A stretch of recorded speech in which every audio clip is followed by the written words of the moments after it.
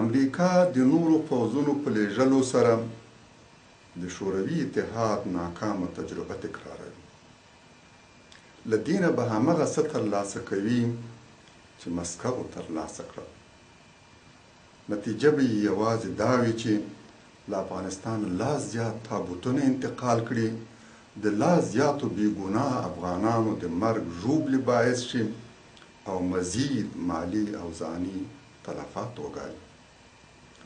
دا اوس په افغانستان کې د دوی د نظامی، استخباراتي او ملکی پرسونل شمیر تر هغې شمیرې زیات دی چې شوروي اتحاد په وروستیو کلونو کې په افغانستان کې درلودل.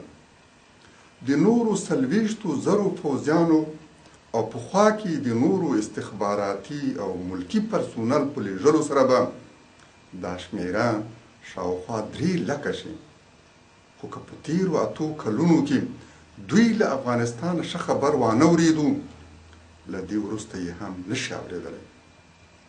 افغانانو ته معلومه شوې ده چې امریکایي فوځیان د فارمي چرګانو په څیر دي، له فارم نه بهر او له واکسین او کانسر شوي خوړو پرته ژوند نشي کولی.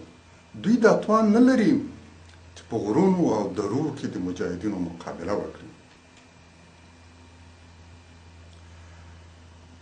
د اوباما نوې استراتیژي په اړه د پنتاګون او سټیټ ډپارټمنټ تعبیرونه بیل بیل دي.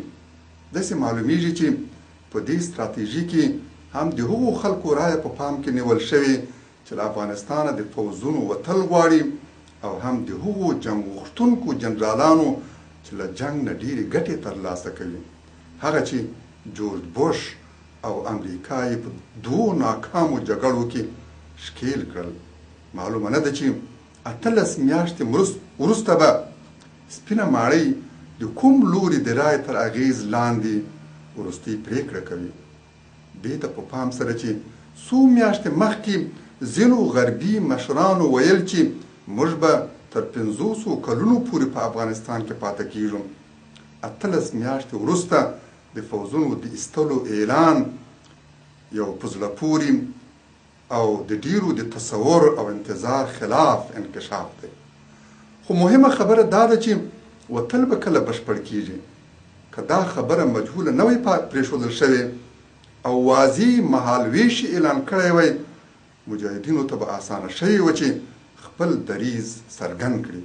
اوس پنتاګون د جګړې د دوام او حتی تشدید ګواښونه کوي. د جنگ په مقابل کې زموږ ځواب له جنگ نه پرته بل څه نشي کېدی. څوک چې زما سینې ته ټوپک نیسي له ما نه د دا انتظار نه لري چې د ګلانو ګېډۍ ور وړاندې کړم. څوک چې له 100,000 میله لرې د جنگ په موخه او زما پر ولس باندې د یوه مزدور او منفور رژیم د تپلو لپاره راځي، زه له دې پرته بل بدیل نه لرم چې له خپل هېواد نه د دفاع په خاطر مقاومت ته دوام ورکړم او تر هغه وجنګېږم چې ټول نیواګران زما د هېواد له لویشت خاورې ووځي. د باعزته وتلو په اړه د مرستې خبره هغه مهال مطرح کېدی شي چې سپینه ماڼۍ د وتلو دقیق او څرګند مهالویش اعلان کړي او له یوه عادلانه او معقول حل سره توافق وکړي. که اشغالګر ځواکونه له مجاهدینو سره له کومې موافقې پرته ووځي، نو له وتلو وروسته به همغسې کېږي چې د شوروي اتحاد د ځواکونو له وتلو وروسته وشول. توپیر به یې یوازې دومره وي چې د کابل حکومت به ډېر ژر نسکور شي، فوز او پولیس به متلاشي شي. موږ دې ته تیار یو چې له نورو افغاني ډلو سره په داسې یوې طرحې توافق وکړو چې د تیرو ترخو تجربو د تکرار مخنیوی وکړو. همغه مخکنۍ لوبه بیا تکرار کړي، خو انشاءالله دا ځل به دوی معکوس نتایج ترلاسه کوي. د القاعده په اړه اوس امریکایان په خپله وایي چې تر 100 لږ کسان د دوی په دې سیمې کې شته چې هغه په قبایلي سیمو کې پټ شوي. د دې معنا دا ده چې اشغالګران د القاعدې د ځپلو لپاره نه بلکې د نورو اغراضو لپاره دلته پاته دي او نور پوځونه رالیږي. کوم بې عقل انسان به دا خبره ومني چې امریکایان د 100 کسانو لپاره 100,000 مسلح ځواک هم کافي نه ګڼي او د نورو رالیږلو ضرورت احساسوي. دوی په دې نامه پر افغانستان برید وکړ چې القاعده او د دوی حامی طالبانو ته سزا ورکړي. د طالبانو حکومت 8 کال مخکې نسکور شوی. د القاعدې په 100 کې 98 غړي له افغانستانه وتلي او اوس په عراق او صومال کې له دوی سره جنګیږي. نو دوی په افغانستان کې څه کوي؟ آیا له دې پرته بله خبره کولی شو چې دوی نور شوم اغراض لري؟ د دغو پلیتو اغراضو په لړ کې یو دا دی چې غواړي په افغانستان کې د خپل لاسپوڅي رژیم له بقا او دوام نه مطمئن شي. که بهرني ځواکونه افغانان خپلې مخې ته پرېږدي او زموږ په کورنیو چارو کې له لاسوهنې نه ډډه وکړي، افغانان کولی شي خپل مسایل په خپله حل کړي. هو موږ ته د بهرنیو د ایستلو لپاره بله لار په نظر نه راځي. اشغالګرانو نورې ټولې لارې تړلې دي. موږ او طالبان یوازې په دې کې متفق یو چې د اشغال د خاتمې لپاره له مقاومت نه پرته بله لار نشته. نور نو یقینا چې زموږ او هغوی په تګلارو کې ژور توپیرونه شته. دا بې بنسټه تبلیغات دی. حزب تر مخکې زیات ځواکمن، منظم او متحد دی. حزب د مبارزې یو 40 کلنه تجربه لري. له سختو مراحلو تیر شوی، له سترو ازمایښتونو سره مخامخ شوی، له ټولو بریالی او سرلوړی وتلی او هر ځل تر مخکې زیات مضبوط او ځواکمن څرګند شوی. نن تر بل هر وخت زیات غړي او پلویان لري. تیرو تجربو ښودلې چې هر څوک له حزب نه ووځي تش لاس به وځي، حتی د کورنۍ غړي به هم ورسره نه ځي. داود عابدي د حزب غړی دی او د مذاکراتو په اړه د ده هڅې د حزب موافقه ترسره شوې. امریکایان د حزب هغه سابقه غړي هم نشي زغملی چې اوس د پارلمان غړي دي. د جدې په میاشت کې د بغلان سناتور محمد یونس له خپل زوی سره شهید کړ او تر دې دمخې استاد فرید او ډېر نور قوماندانان او مهم شخصیتونه ترور کړل. د حزب اسلامي له لورې هم د افغانستان د روان بحران د حل طرحه وړاندې شوې، هم د راتلونکي نظام او هم د اساسي قانون یوه جامع مسوده. د بحران د حل طرحه په دغو اساسي ټکو شامله ده: د بهرنیو پوځونو د وتلو لپاره معقول او د منلو وړ مهالویش اعلانول، تر وتلو مخکې له ښارونو نه بهر په عسکري اډو کې د دوی استقرار، یو موقت غیر ائتلافي حکومت ته د قدرت انتقال. د موقت حکومت د کابینې غړي به په انتخاباتو کې د برخې اخیستو حق نه لري. د بهرنیو ځواکونو له وتلو وروسته د متناسب تمثیل په بنسټ داسې عام او عادلانه انتخابات چې د جمهوري ریاست او د پارلمان لپاره په یو وخت او یو ځل ترسره شي. که ځینې ډلې د خپل امنیت لپاره د بهرنیو سولهساتو ځواکونو شتون ضروري ګڼي، په دې غوښتنې غور او تفاهم ته چمتو وي. د داسې اسلامي هیوادو له محدود شمېر پوځ سره توافق کولی شو چې د افغانستان ګاونډي نه وي او د کومې خاصې افغاني ډلې پلوي نه کوي، مشروط په دې چې دا قطعات به له ښارونو نه بهر ځای په ځای کېږي او ټول تحرکات به د موقت حکومت تر ادارې او قماندې لاندې. متاسفانه دغو دریو هیوادو خپل منځي رقابتونه افغانستان ته را انتقال کړي او افغانان د دوی د ناروا رقابتونو قرباني شوي. په دوی کې د ایران ونډه تر ټولو ډیره کرکجنه او د افغانانو او افغانستان په ضد. ایران هم له روسانو سره د مجاهدینو په ضد لاس یو کړ او هم له امریکایانو سره. موږ به په راتلونکي افغانستان کې هیڅ هیواد ته دا اجازه ورنه کړو چې د افغانستان په کورنیو چارو کې لاسوهنې وکړي او د افغانستان خاوره د بل چا په ضد استعمال کړي. پاکستان هم له افغانانو سره ډیر ښه کړي او هم ډیر بد. د شوروي په ضد د مقاومت په دوران کې له افغانانو سره د پاکستان بې دریغه مرستې او د جهاد په ملاتړ کې د پاکستان ونډه ډیره د ستاینې وړ وه. افغانان به یې هیڅکله هېره نه کړي. خو د شوروي د پوځونو له وتلو وروسته اسلام آباد خپلې ټولې مخکنۍ ښېګڼې په اوبو لاهو کړې. د امریکا تر فشار لاندې هڅه وکړل چې نن یې نتایج په افغانستان او پاکستان کې ګورو. لومړی د حزب اسلامي په ضد د شمالي ائتلاف ملاتړ وکړ. بیا یې طالبان په داسې وخت کې د حزب په ضد میدان ته راوایستل چې شمالي ائتلاف د نزي په حال کې و. که طالبانو هغه مهال له شانه د حزب سنګرونو برید نه وای کړی، د شمالي ائتلاف ټغر به د تل لپاره ټوپ شوی. بیا د کابل په نیولو او د طالبانو د حکومت په نسکورولو کې د امریکایانو دومره مرسته وکړه چې که دا مرسته نه وای نو نه کابل نیولی شو او نه تر اوسه دلته پاتې کېدلی شو. نن چې پاکستان له کومو سترو ګواښونو او ستونزو سره مخامخ دی، دا د امریکا د خوشحالولو لپاره له جهاد او مجاهدینو سره د دښمنۍ سزا ده. له امریکا سره د اسلام آباد بلاقید و شرط دوستي او د واشنګټن اوامرو ته غاړه ایښودل دا مشکلات ورته راولاړ کړي. لکه څنګه چې په افغانستان کې امن غواړم، په پاکستان کې یې هم غواړم.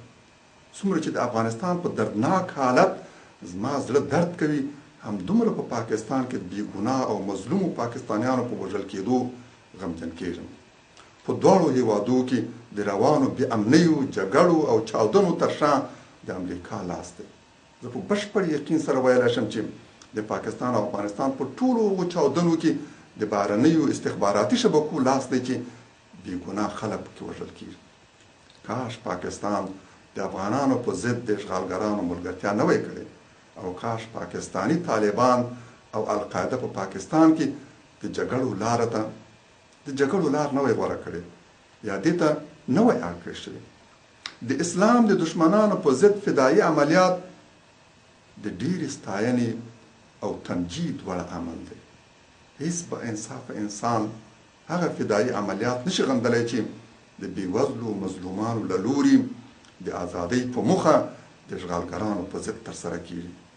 موږ دا راز فدایي عملیات تاییدوو، په دې شرط چې بېګناه خلکو ته تاوان ونه رسوي. 7 کاله مخکې له اسامه او ایمن الظواهري سره څو میاشتې یو ځای اوسېدم.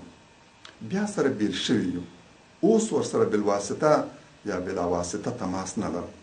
د یرغل په لومړیو کې مې د ملا عمر سره بلواسطه تماس شوی. د حزب مجاهدینو ته مې ویلي و چې د طالبانو مرسته وکړي، خو کله چې داخل ته راغلم بیا مې نه بلواسطه او نه بلاواسطه اړیکې درلودلې دي. البته له طالبانو سره د هیاتونو په کچه خبرې شوي دي چې دا لړۍ هم له اوږدې مودې راهیسې متوقف شوی. امریکایانو زما د دشمنانو ملاتړ وکړ، په ځواب کې ما هم د دوی د مخالفینو ملاتړ کړ. دا کار به له هر هغه لوري سره کوم چې زما او زما د ولس په ضد دښمنۍ ته ملا وتړي. له حزب سره د تنظیم، قوت، د غړو د شمیر، سیاسي او جهادي تجربو په ټولو قومونو او سیمو کې د پراخ نفوذ له پلوه هیڅ افغاني ډله سیالي نشي کولی. زه په یقین سره ویلی شم چې که دا نن په افغانستان کې عادلانه انتخاب ترسره شي نو نږدې 80% کې خلک به حزب اسلامي ته رایه ورکوي. موږ په زرګونو مجاهدین جهاد ته سوق کولی شو، خو خپلو محدودو امکاناتو او وسایلو ته په پام سمو دومره مجاهدین سوق کړي چې تر اوږدې مودې د اکمال له عهدې وتلی شو. موږ تل او له هر لوري سره مذاکراتو ته چمتو یو، په دې شرط چې پوه شو مقابل لوری په مذاکراتو کې مخلص دی او له هغه سره خبرې او مذاکرات زموږ هیواد او ولس ته څه ګټه لري. له افغان حکومت سره مذاکرات په هغه صورت کې ګټور دي چې بهرني ځواکونه هغه ته د مذاکراتو او د دې خبرې اختیار او واک ورکړي چې د بهرنیو ځواکونو د وتلو په شمول په ټولو مسایلو له مجاهدینو سره مذاکرات کولی شي. دا اختیار او واک تر اوسه نه دی ورکړی شوی. له بهرنیو ځواکونو سره د مذاکراتو په اړه زموږ شرط دا دی چې له افغانستانه وتلو ته چمتو شي. موږ په خپل تصمیم کې په بشپړه توګه مستقل یو. نه د جنگ په اړه له طالبانو سره کومه معاهده لرو او نه د سولې په اړه. امریکایانو غوښتل چې کرزی په کومې بلې څیرې تعویض کړي، خو شرایط داسې راغلل چې دا کار یې ونه کړی شو. د کرزي له حکومت نه ښه خاطره نه لري، د هېواد له سمې ادارې عاجز ګڼي. حکومت یې په پراخ اداري فساد تورنوي. دا هیله قطعا نه ترې لري چې د بهرنیو پوځونو له وتلو وروسته به د لنډې مودې لپاره دوام وکړي. کرزي ته زما مشوره دا ده چې له خپلې لمنې د پردیو د غلامۍ تور داغ ومینځي. داسې څه وکړي چې نوم یې د ببرک کارمل او نجیب ترڅنګ د افغانستان په تاریخ کې لیکل شوی پاتې نه شي. که دې ته ملا وتړي نو موږ یې مرسته کولی شو. که اوباما ته جایزه ورنه کړی شي نو چاته یې ورکړي؟ د اروپایانو خصلت دا دی چې هغوی تل په خپلو ملکونو کې امپراتوران پاللي او په خپلو مستعمراتو کې جاسوسان ستایلي. د دوی لوی شخصیتونه هټلر، موسولوني او استالین ول. نن هم دا دی ګوري چې د دوو خونړیو جنګونو سرقومندان ته د صلح جایزه ورکوي. تاسو به د دوی په تاریخ کې ونه ګوري چې د ازادۍ غوښتونکو قیامونو مخور او محبوبو مشرانو ته یې د اتلانو په سترګه کتلي وي. په افغانستان کې د دوی د اتلان هغه وطن پلورونکي دي چې هم د روسانو لپاره له خپل ولس سره وجنګېدل او هم د امریکایانو لپاره. له کومې ورځې چې په دې سیمې کې امریکایان کوز شوي، له جګړو، وینو تویولو او ورانیو پرته بل څه له ځان سره نه دي راوړي. د دوی استعماري موخې له هیڅ چا پټې نه دي. غواړي د دې سیمې په زیرمو قبضه وکړي، د مرکزي اسیا د تیل او غاز ذخایر خپل کړي. په پاکستان کې همغه څه وکړي چې په افغانستان کې وکړل. د هند او چین، هند او پاکستان ترمنځ رقابتونه تشدید کړي. غواړي له ایران نه یو بل اسرائیل جوړ کړي او عربان پرې وویروي. په افغانستان او عراق کې چې دوی ایران ته کوم امتیازات ورکړل، د متحده اماراتو د جزایرو د اشغال په وړاندې عکس العمل نه ښودل او ډېرې نورې خبرې د همدې غمازي کوي. دوی د خپلو ګټو لپاره له هیڅ څه نه دریغ نه کوي. خپلې ګټې په نورو هیوادو کې له جنګونو سره وټکړي دي. هو، په دې کې هیڅ شک نشته چې امریکا غواړي اسامه ووژني. واشنګټن اسامه ته د یو داسې مقاومت د نښې او سمبول په سترګه ګوري چې په ټولې اسلامي نړۍ کې د دوی په ضد پیل شوی او ورځ په ورځ تشدید کیږي.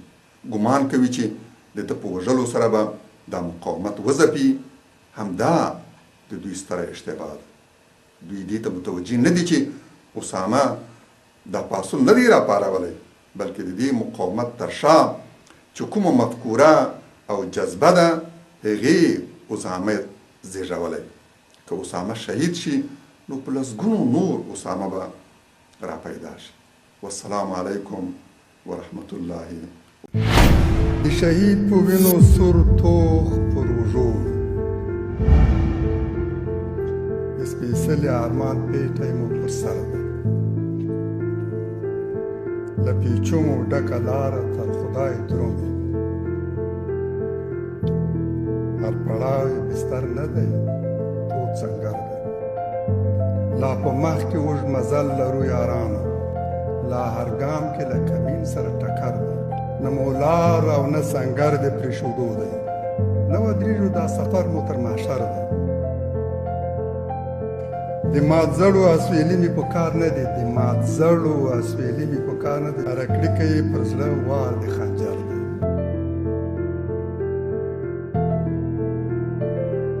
د هوډمن له همتناکو نارو زار شه، اوس تر رب چې یې تلپاته کلک باور دی.